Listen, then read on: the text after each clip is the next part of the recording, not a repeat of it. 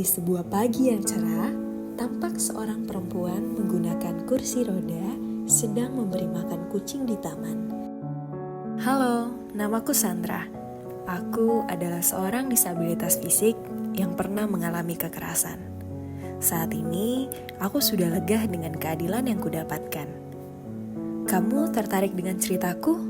Kalau tertarik, mari kita kembali beberapa bulan yang lalu di mana semua cerita bermula. Saat itu, aku baru mengalami kekerasan oleh seorang yang kukenal. Aku marah dan kecewa dengan diriku sendiri. Aku sangat merasa frustasi. Karena kejadian tersebut, aku menarik diri dari lingkunganku dan tidak ingin bertemu dengan siapapun. Melihat kondisiku, ibu sangat sedih dan terpukul dengan apa yang kualami. Kalian pasti berpikir, mengapa aku tidak ingin melaporkan atau meminta keadilan? Ya, alasannya tidak lain dan tidak bukan adalah aku takut.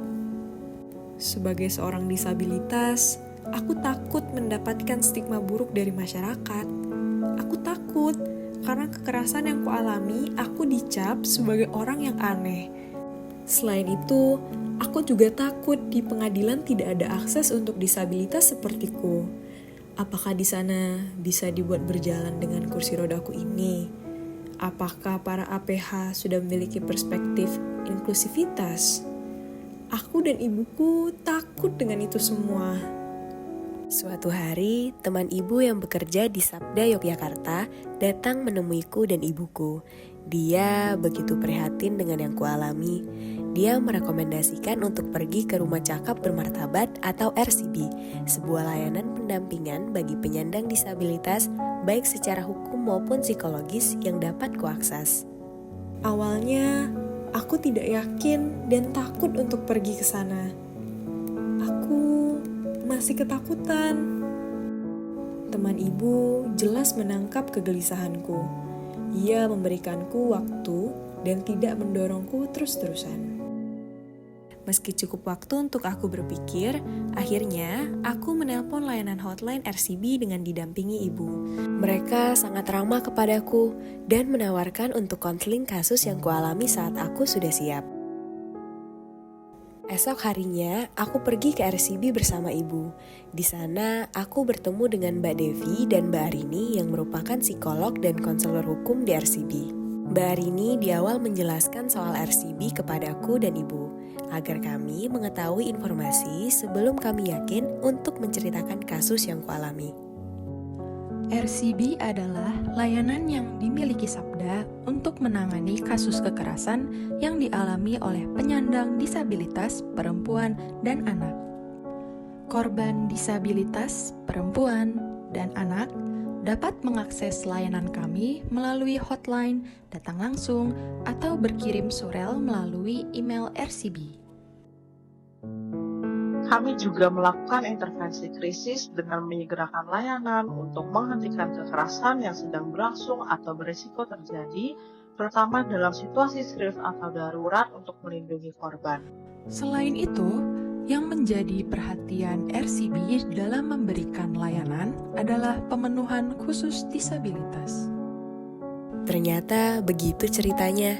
Setelah itu, aku melakukan konsultasi dan konseling. Mereka memberikan informasi apa saja hal-hal yang harus kuperhatikan untuk mendapatkan keadilan. Salah satunya adalah mengamankan bukti-bukti. Pendampingan yang dilakukan oleh tim RCB Sabda tidak hanya berhenti hingga sesi konseling. Kami pun didampingi untuk membuat laporan di kepolisian. Bahkan, aku didampingi selama proses pemeriksaan perkara. Jika kalian berpikir aku hanya dibantu hingga pelaporan kasus di kepolisian dan kejaksaan, kalian salah. Aku masih didampingi oleh pihak RCB Sabda sampai dengan tahap pengadilan. Pengadilan yang kudatangi adalah Pengadilan Negeri Yogyakarta. Aku baru tahu, ternyata PN Yogyakarta adalah salah satu pengadilan inklusif yang ada di Yogyakarta. Di pengadilan ini aku terkejut, ternyata ada ramp hand untuk pengguna kursi roda sepertiku di sini. Aku merasa aman di pengadilan ini, bahkan para APH sudah dilatih bagaimana cara berinteraksi dengan disabilitas.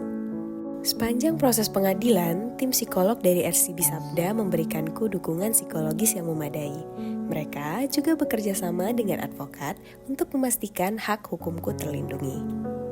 Rasanya sangat lega sekali. Aku berpesan, kalian berhak hidup dan bebas dari rasa takut dan kekerasan. Jangan ragu untuk berbicara dan melapor, segera cari layanan pendampingan seperti RCB Sabda yang akan membantu mengawal kasus yang kamu alami.